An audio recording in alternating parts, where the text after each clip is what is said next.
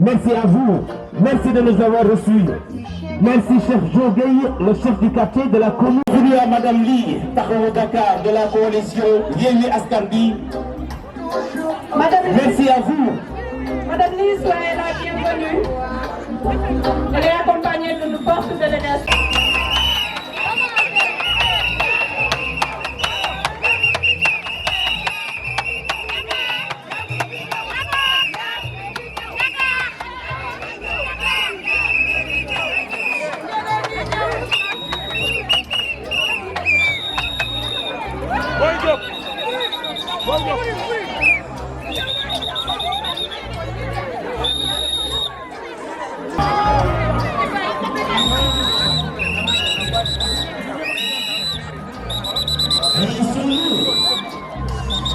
C'est la délégation de Niakla.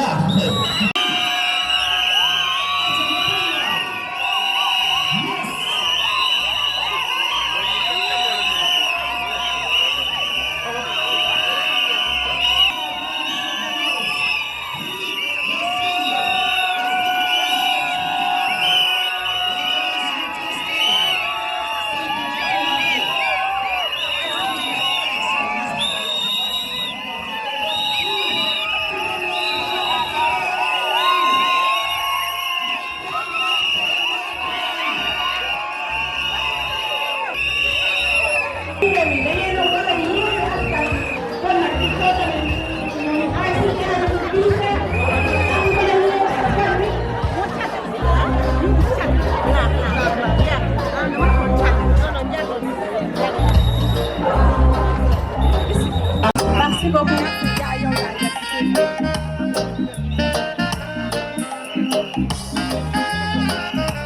Enchantée, madame.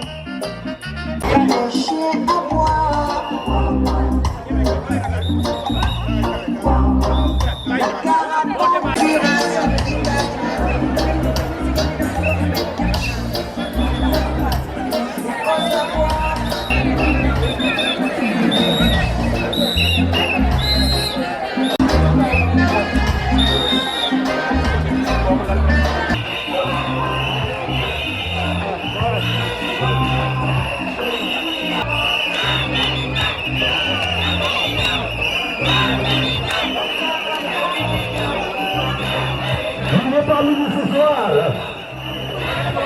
Il n'est pas venu aujourd'hui. Il fait partie de la coalition Ville Assemblée. Mesdames et messieurs,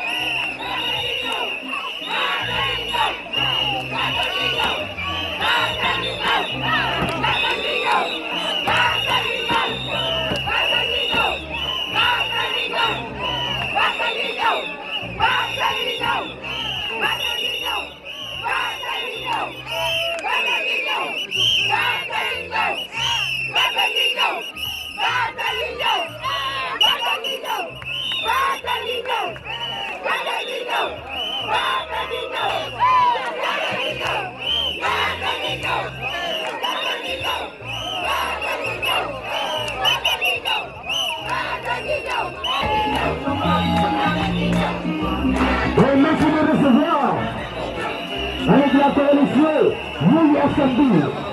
Il s'appelle lui, il s'appelle Barthélémy Dias, accompagné de son ami et frère Ndiak Gla. Bienvenue à monsieur le maire de la commune de Meron-Sacré-Cœur, M. Barthélémy Dias.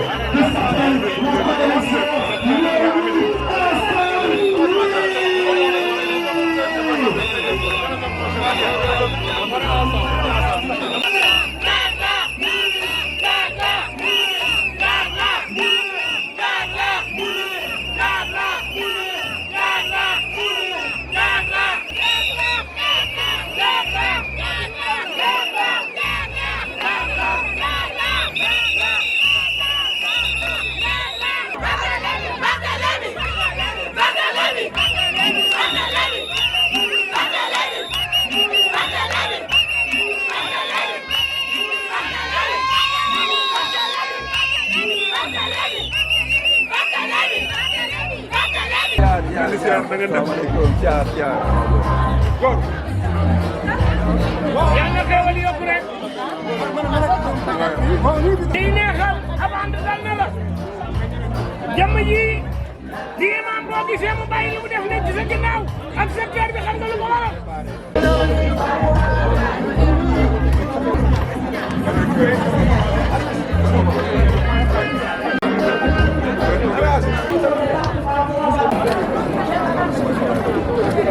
أعوذ بالله السميع العليم من الشيطان الرجيم لا حول ولا قوة إلا بالله العلي العظيم mbokki àdduna yëpp mbokki diaspora bi ñuy siiw jigéen ak góor mag ak ndaw kilifa yi nga xamante ni ñoo fi daje ñëpp ay kilifa lañ waaye ñi nga xamante ni ñoom la yàlla dogal ñu nekk ca kanam ak fukki oto yoo gis ñuy dem benn oto yi nekk ca kanam muy ñii toog ci turbine bi ñi ci war a wax danañ ci wax ñu ngi ñaan yàlla nii ñu ko commencé yàlla nañ eggalee ni gën te ñu am ci ndam tonton Khalifa Babacar bu biir daayiratul Moustarchidine wal Moustarchidaat yow laay jox nga joxe ñaan doo lay xalel xenu mag l'heure est grave fi Sénégal toll Macky Sall tollale ko fi bis bu ngeen demee ba fa mu bëgg mu egg fi muy mu di ngeen seetaan loolu responsabilité yi ëllëg yàlla dana leen ko laaj kon ñu ngi jëm ci élection municipale moo ñuy déterminer ndax Macky Sall dana fi des di ñu imposer ay loon wala dañ ko fi jël ñun li ñu jàpp nag mooy ci kattanu yàlla insha allahu taala bu ñu eggee ci janvier danañ ko wan ni Sénégal vomir nañ la wàcc nañ la ndax amatuñu justice amatuñu ngor amatuñu jikko yu rafet ànd bi yàlla bu ci seytaane mën dara monsieur le maire Ndiak la suñu xarit suñu frère monsieur Sy bu waa Pastef ak waa Malick Gakou Kulim Dioum ak Moussa Tine Kulim Dioum ñu ngi leen di ñaan suudewu leen bu ngeen suudewoo ànd ak suñuy ñaan billahi Macky Sall day daw détermination rek la laaj in yansurkumullah fala ghaliba lakum kon déterminez-vous vous les jeunesses vous les femmes jóg leen ngeen taxaw ñu dégager fi Macky Sall te nag ñuy wax fii ñuy doore muy commune Mermoz Sacré-Cœur Mermoz Sacré-Cœur bopp fas bi du fi neexle kenn du tayle suñu commune dama koy wax léegi ngeen dégg kenn du làqatu ci Macky Sall pour ñëw tayle suñu commune te li nekk ci kanam insha allahu taala rawuli bat kataballahu la aghlibanna ana wa rusuli kon taw xalifa bismillah ku fi nekk rek la nga gëm jaar ci sa intention ci sa yéene ñaan yàlla teel ñu fa jëlal Macky Sall ñaan yàlla yi tamit suñu commune bii li ci bëgg ci avancement yàlla defal ñu ko bi jaay seen yoon kon ku nekk na jàng Fatiha ak salaatu ala nabi ñu def ko hadiya yonent bi sallallahu alayhi wa sallam ñeneen ñi jaar feneen te pour mën a ñaan nan ñaan ci seen wàll yàlla nangu yëpp bi jaay seen wujjo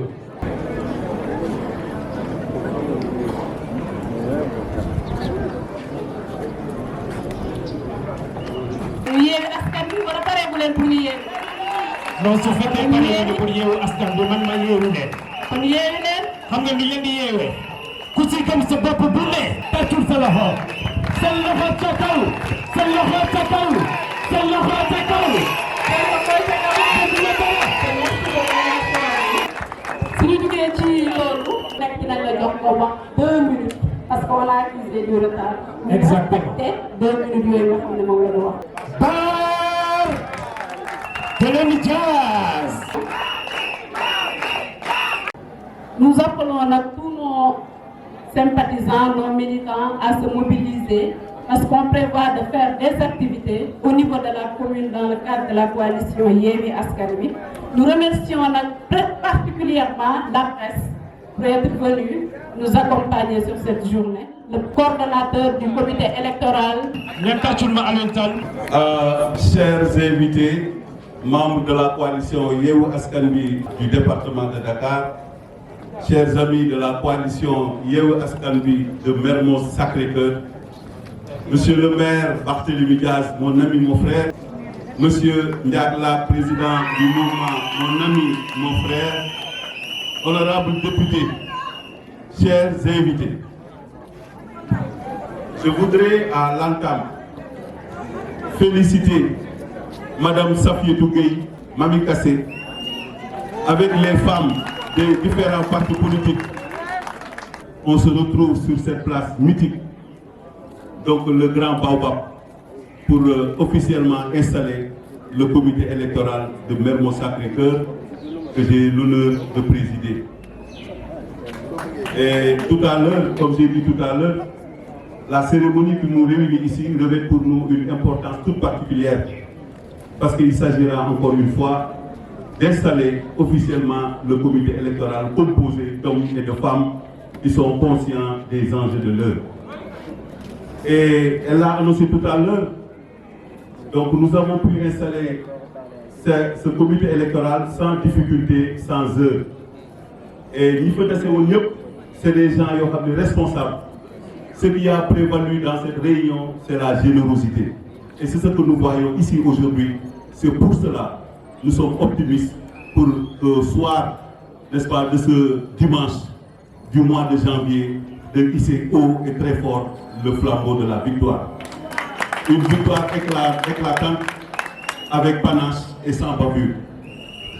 Chers amis, chers invités, comme vous le savez, les collectivités locales restent un rempart de la démocratie où pourra être exécutée une vraie gouvernance locale. Et tout à l'heure, je reviendrai sur les différents partis qui composent cette coalition. C'est des gens qui sont conscients une fois de plus des enjeux de l'heure. Et c'est l'occasion aussi de féliciter, de rendre un hommage mérité à ces jeunes qu'on nomme le lion Barthélémy Dias. Parce que dans un passé récent, là où nous sommes aujourd'hui, cet espace-là, cette place mythique qui abrite notre manifestation a été totalement pavée par le maire Barthélémy Dias et son équipe. Donc on doit être fier de déambuler ici à la grande satisfaction des habitants qui habitent autour. Et c'est ensemble que nous allons partir vers ces élections. Et Inch'Allah, je reste convaincu que dans les 557 collectivités locales, nous allons remporter la quasi-totalité des collectivités locales. C'est une équipe qui partira à l'assaut de la commune. Une équipe homogène, une équipe dynamique. Et une fois de plus, comme nous avons fait pour installer le comité électoral, c'est la même chose, la même procédure que nous allons faire pour choisir un candidat qui va porter, n'est-ce pas, le drapeau pour nous gagner la mairie de Mermoz Sacré-Cœur. Et je n'ai pas de doute sur notre victoire. Il suffit juste de consolider ce que nous avons déjà bâti. Moi, cette unité, que ça ne doit pas être une unité de façade. Et je sais que toutes ces personnes qui sont là aujourd'hui, ils l'ont compris. Et ce sera valable sur l'ensemble du territoire national. Votre fidèle serviteur, Ali Tal, qui est le président du comité électoral, et c'est l'occasion aussi de remercier les amis, les frères qui ont porté le choix sur ma modeste personne. Donc j'ai comme adjoint mon ami Tcherno Alissi, que je demande de se lever, c'est de il est du PASTEF. Et nous avons notre adjoint, notre doyen Khalifa Fall. Le président de la commission des opérations électorales, M. Amadou Dien. M. Amadou Dien, et qui a comme adjoint Bestugnac. Le président de la commission logistique et moyens, notre sœur, la dévouée Patrice Colli. Patricia Colli. De grand parti. Nous avons comme adjointe Marie-Louise Préra de Tahaou. Nous avons le président de la commission communication, Abdul Khadr Sow, et comme adjointe, donc la dévouée Sopnaba, qui est là à côté de nous. Merci beaucoup. Nous avons le président de la commission organisation et mobilisation, poste réservé au parti FSD-BJ, et qui a comme adjointe Safietou Gueye, qui a fait ce travail remarquable avec ses sœurs. Nous avons le président de la commission d'investiture avec notre ami Diallo de Pur. Il est là, mon très cher M. Diallo, merci beaucoup. Et comme adjoint, le PASTEF et Tahaou. Donc ça c'est le bureau. Donc nous avons suivi, n'est-ce pas, l'organigramme qui nous a été présenté. Mais compte tenu aussi de nos spécificités et des réalités de la commune de Mermoz Sacré-Cœur, c'est des commissions que nous allons élargir à toute personne qui souhaiterait travailler à nos côtés. Nous sommes fiers aujourd'hui d'être là. Si on ose être là aujourd'hui, c'est parce que nous savons que nous avons bien travaillé. C'est ensemble, Inch'Allah, avec toute l'équipe qui est là, que nous allons relever les prochains défis. Je vous remercie. Merci beaucoup, M. Moi, c'est Patricia Colli, la représentante du Grand Parti. maa ngi nuyu mbooloo bi fi teew ñoom jeunesse bi ñëpp xam nañ ne liggéey am si dëkk bi suñu papa yi suñu yaay yi aussi dund bi cher na nit ñi sonn nañu dañu doyal ci nguur gi dañu bëgg changement. te Barthélémy Dias moo woote. waaw ñu ngi remercier aussi monsieur Jacques Lar ñi teew fi tey ak délégation bi ñu leen di remercier. Jaajëf Patricia, merci. Bonsoir les camarades, les citoyens. Bonsoir monsieur le maire, bonsoir toute la délégation de Yewwi Askan Wi. Je pense que le Sénégal est à terre. Le Sénégal est à genoux. Tous les plans et programmes yoo xam ne nii Macky Sall defal na ko fi amul benn boo xam ne nii am atteindre objectif. On en a assez de ce régime qui a suffisamment causé autant de tort et de mal à la population sénégalaise. dafa doy bu ñëwee nag mën na ñëw troisième mandat ñu defal ko ay bagages. Je pense que yéen ñëpp ñu ko fi toog pare ngeen pour defal Macky Sall ay bagages pour son troisième mandat. kon je pense que yéen ñëpp war nañ ko mobiliser au sein de la coalition Yewwi Askan Wi dire non à Macky Sall et à son gouvernement qui est presque inexistant. Kenn sentiu benn ministre ci dund quotidien. Presque le gouvernement est inexistant. Donc, lu ma war a wax yëpp presque camarade wax nañ ko mais li jot mooy vraiment dañ dajaloo nekk benn jëlee fi Macky Sall ak équipe bi nga xam ne nii vraiment yàq nañ Sénégal yàq nañ suñu alal yàq nañ suñu patriote yàq nañ njàng mi santé amul dara amul Macky Sall moom mooy. Merci beaucoup. Donc tey ñu teewal fii Alliance démocratique Penco. L'essentiel ne veut rien d'autre dire que la victoire éclatante de la coalition Yewwi Askan Wi mooy li ñuy wax yow yaay coalition bi yow yaay Yewwi sa bopp ñun ñu ànd ak yow gunge na pour que tout simplement ñu am suñu victoire bi nga xam ni moom la ñuy laaj tëjuñu kenn na ñëpp ñëw ñu àndandoo liggéey ci commune bi dama koy faral di wax nee naa leen picc mi naaw na tey la dal Mermoz Sacré-Cœur te warul taxawee ci ñun dañ ko war a ñoñal yéegal ko mu mën a dem ci dans toutes les 19 communes et dans toutes les régions du Sénégal pour une victoire éclatante de la coalition Yewwi Askan Wi. Jërëjëf Mariama. Veuillez m'excuser, c'est un honneur. Salaamaaleykum mbooloo mi ñu ngi nuyu monsieur Barthélémy Dias di nuyu l'ensemble des membres de la coalition Yewwi Askan Wi. ñu teew fi tey ànd ak délégation bi représenter le mouvement Yaa Ko Moom nekk ci commune Mermoz Sacré-Cœur fas yéene ànd ci liggéeyu coalition Yewwi Askan Wi.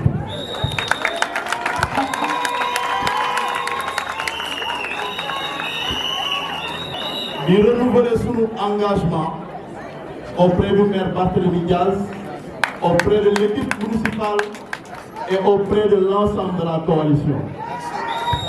di leen wax ni lii ma gis fi tey doole bi fi ne tey gëm naa ni ak gars yi balaa midi ñu pare ak ñoom.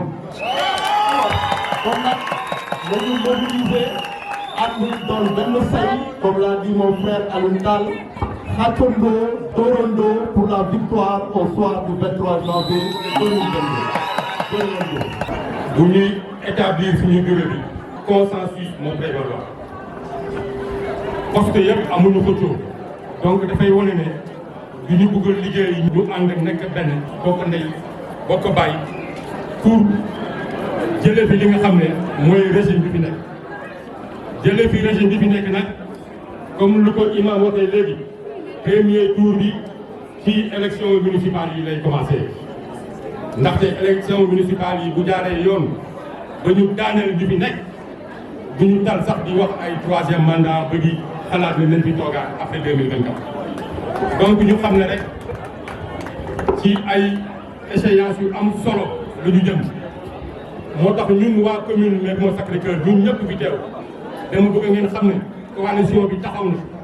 comme ni ko suñu leader yi waxee pour ñu nekk ànd nekk benn on ne réfléchit pas en termes de parti parce que dafay teg fële parti am waa taxaw teg fële ñun ñëpp ñu booloo nekk benn avec un seul objectif d'abord pour defar suñu gox ba pare pour jëlee lu bon lu fi nekk comme ça Sénégal mën a jëm kanam maa ngi leen di nuyu yéen ñëpp ku si nekk.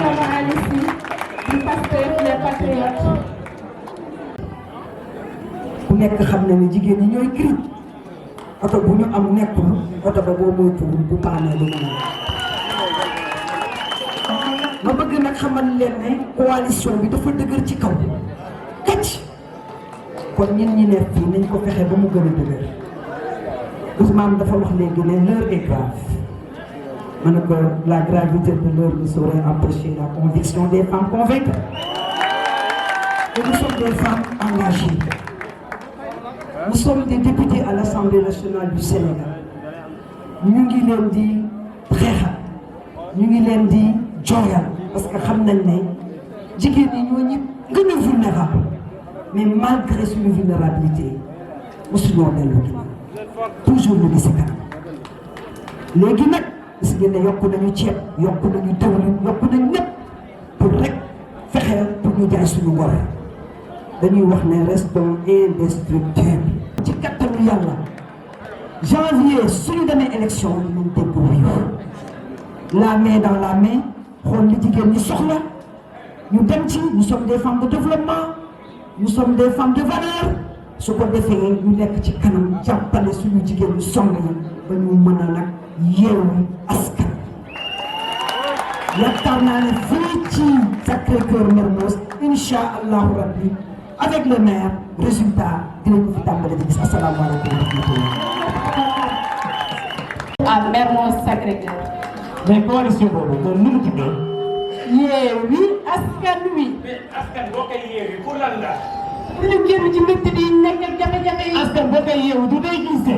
day glissé rek bàyyi bi. l'unique, la seule, l'originale coalition c'est Yewwi Askan Wi. Yewwi Askan Wi. Akasa. xool leen ko bu baax. xool leen ko bu baax. rouge, blanc, vert. ñu bind ci Yewwi Askan Wi.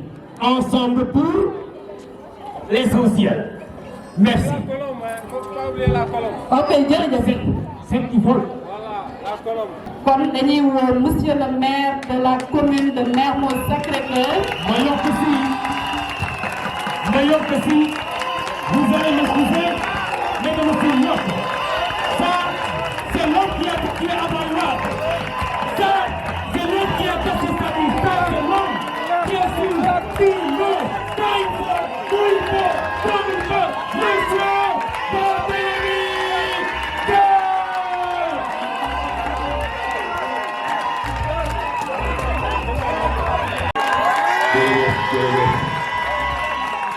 ñu ngi leen di gërëm di leen di sant seen teewaay fii tey ñu ngi sant ñëpp góor jigéen mag ak ndaw ñun lu ñuy wootee mooy démocratie te démocratie la ñuy dund tey nii mooy lu ñu dem ba waxtaanee ko ci benn bureau mooy mise en place du comité électoral de la coalition Yewwi Askan Wi de la commune de Mermoz Sacré-Cœur tey ñu ñëw génn fii ñëw tey ci bayal bi fësal ko yëgal ko suñu mbokk yi yëgal ko dëkkandoor yi suñu soppe yi yëgal ko bépp doomu gox bi buy yeewu fii biir commune de Mermoz Sacré-Cœur ñu xamal leen ni que suñu logo mi ngi nii da leen ko jàkk te bu ko kenn piis waaw te bu kenn catu tamit bu ko kenn catu te logo bi bu logo buy yem kese ci élection locale logo bi su ci yàlla àndee dama ne na leen ko jàkk te bu ko kenn piis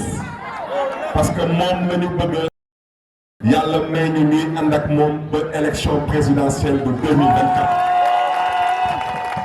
kon nag ku leen jum wante maa ngi nuyu surtout les initiateurs de cette coalition maa ngi nuyu bu baax a baax suma xarit suma doomu ndey le président Ousmane Sonko maa ngi nuyu bu baax a baax suma xarit bu bopp suma kilifa suma leader politique Khalifa Ababacar Sall maa ngi nuyu suma wóojur Serigne Moustapha Sy ibn Cheikh Ahmed Tidiane Sy du mouvement Moustarchidine Moustarchidaty yi ñu koy nuyu di ko jox ci wàllam ku leen jëm maa ngi nuyu suma xarit Cheikh Bamba Dièye Moustapha Guirassy ku leen jum ñu ngi nuyu ñëpp ñoom Déthié Fall ñu ngi nuyu ñëpp ku leen jum mais surtout maa ngi nuyu suma xarit Malick Gakou di ko nuyu bu baax a baax lii mooy suñu coalition les couleurs mooy couleur verte ak rouge sur un fond blanc ngeen xool ko bu baax a baax picc bu ngeen di gis nii ngeen gis benn scène bu muy dagg ci suuf scène boobu mooy dañu bëgg a yeewi askan bi ci nooteel bi ci yebeel bi ak ci ndóol bu ñuy wootee Sénégal moo ko def tiime nag kon nag mbokk yi gor yu ngeen xam ne ni ñoom la ñu fas yéene àndal fii ci commune de Mermoz Sacré-Cœur ànd ak ñoom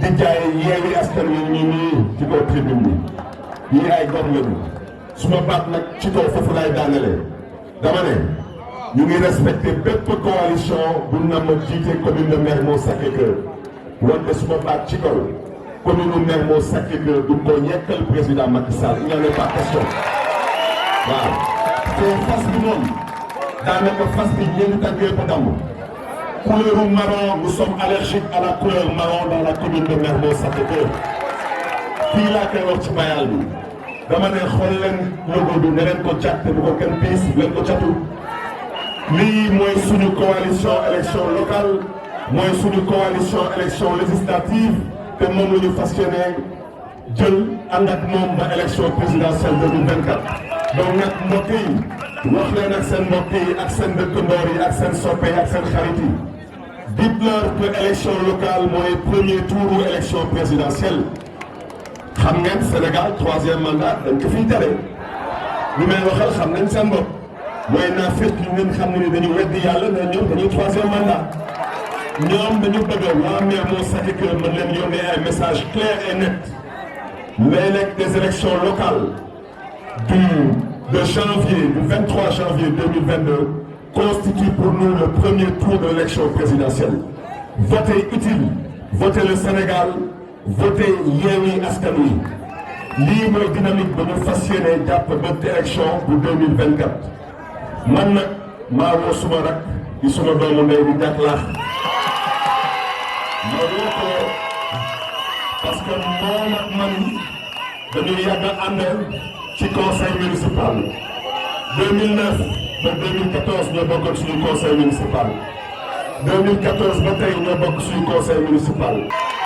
kon nag mon ami Jack Laax, on te souhaite la bienvenue dans cette coalition et nous appelons tous les mouvements, des mouvements culturels, des mouvements de femmes, des mouvements de jeunes qui sont préoccupés par le développement local, par la commune de Mermoz Sacré-Cœur à venir nous rejoindre. ngeen may ma nag ma gërëm ma sant suma xarit suma magu bopp celui qui m'a accompagné sans relâche c'est le maire Alioune Tall mon premier adjoint suma doomu lay kii góor pire la kii su ma leen waxee góor pire la ngeen gëm ma ba ma ne 2014 il était le seul responsable adulte de coordination bu nangu rakkam faru nekk maire yow Alioune Tall gàcce ngalaama aw ma sa pay yàlla boo am pay yàlla la yàlla fay si xalaat sa taxawaay te loolu laa dugg madame Diouf ñu ngi rafetlu sa teewaay ak sa taxawaay tamit mon ami Thierno Sy merci de ta présence ma sœur Patricia ñu ngi la gërëm di la sant ñu ngi gërëm tous nos amis notre ami Sow du PRP ñu ngi koy gërëm di ko sant nous vous remercions pour votre présence nous remercions toutes les personnes qui sont venues je n'ai que 2 minutes de dépassé naa ko wante fu may daanalee mooy suñ fi jógee dañuy am benn dox mbokk bu gàtt rek bu bëri parce que politique c'est de l'animation c'est de l'action notre objectif c'est de vendre ce logo c'est de vendre aujourd'hui ce logo ses couleurs ce nom na dugg ci kër yëpp na dugg ci grand place yi na dugg ci jumaa yi ci jàkk yi ci église yi na dem ci café yi wax leen ak mbokk yi ak dëkkandoor yi dites-leur que ça c'est l'avenir dites-leur que ce logo-là c'est la dignité dites-leur que ce logo-là c'est la fierté. Dites-leur que ce logo-là est une de force. Ce logo-là, ce sont les hommes qui ont choisi de servir le Sénégal et non de servir le Sénégal. C'est une manière de vous remercier une fois de plus pour le temps. Merci. Madame la maire Moulin Mbengue, elle va parler au nom du département.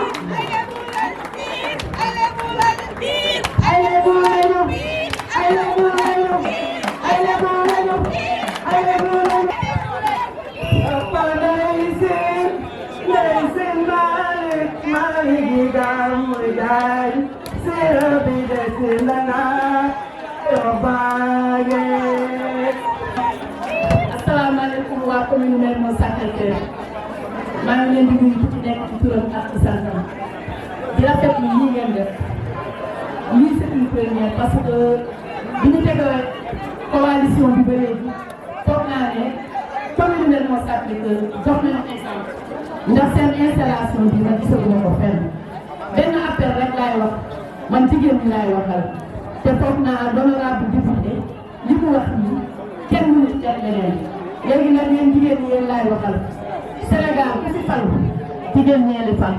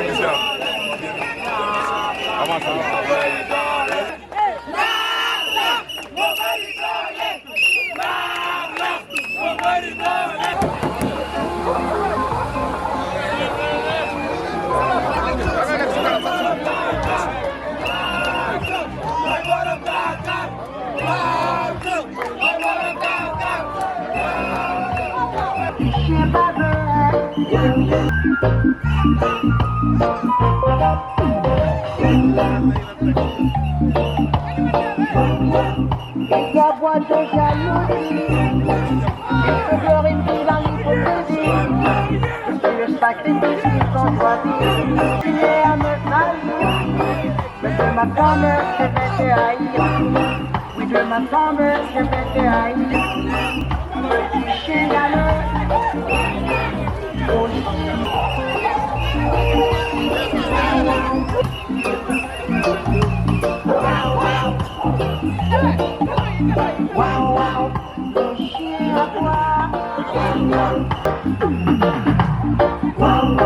Et comme d'habitude, Yéli Askan Wi, la coalition Yéli Askan Wi.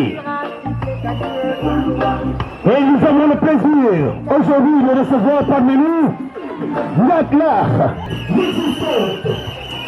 Ça c'est la coalition Yéli Askan Wi.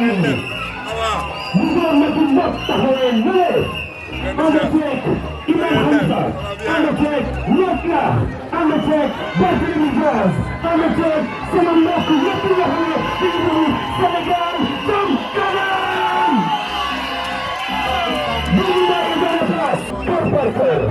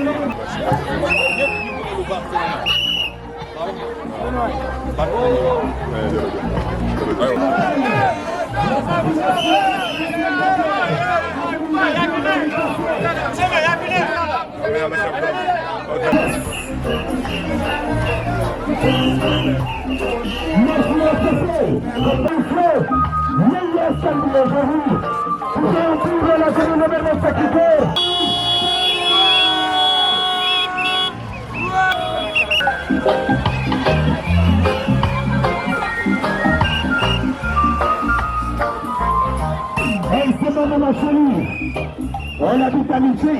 On a tout parti de Michel. Allez,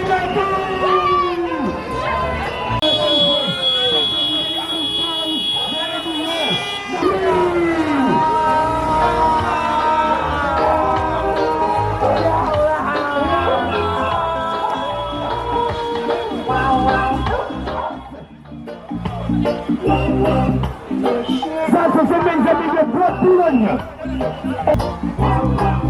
Elle n'a pas le temps de ralentir. Tu peux continuer à me trahir. Je sais que je vais mourir. Mais de ma tombe, je vais te petit chien baveux. Maman. Tu me tueras s'il plaît à Dieu. Tu me tueras s'il plaît à Dieu.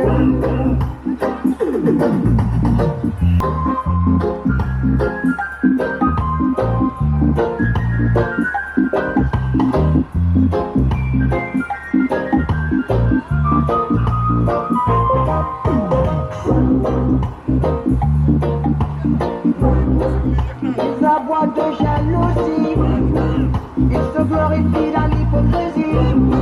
Je suis le sacrifice qu'ils ont choisi, le sacrifice choisi. Oui, de ma tombe, je vais te haïr. Petit chien galeux, gros chien boueux, petit chien baveux. Je me tue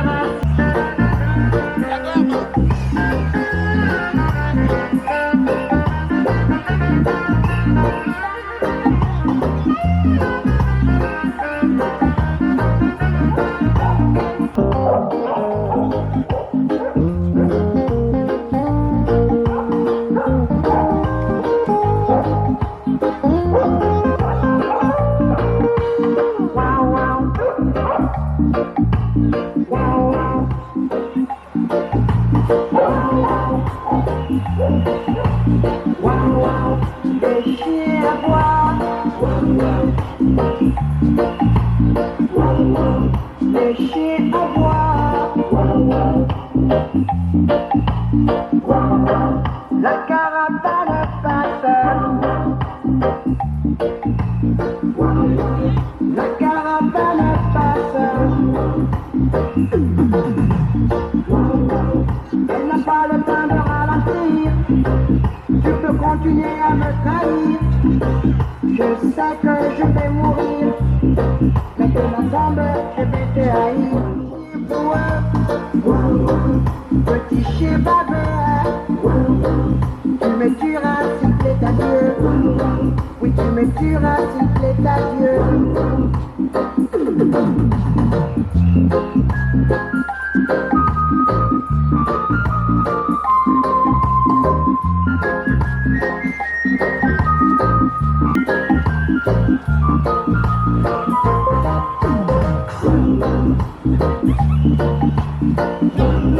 Ils aboient de jalousie, ils se glorifient dans l'hypocrisie. Amitié! Amitié! Moulin! Barclay! Moulin! Fermé! Barclay! Moulin! Alindal! Moulin! Pasteur! Moulin! Moulin! Grand parti!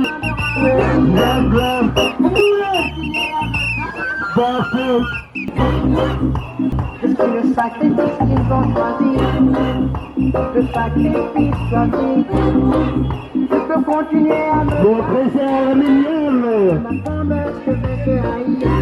Au chien. Dans le rambis, ça se met dans le rambis. Moi je m'appelle Coco. Mesdames et messieurs, amitié! Amitié! Les chiens aboient. Ah, c'est le dame du commerçant aussi. Les mêmes chiens. Absolument, on est pas de l'homme. Maliname. Alima Mangi. Fatouba. Wamije. Bienvenue.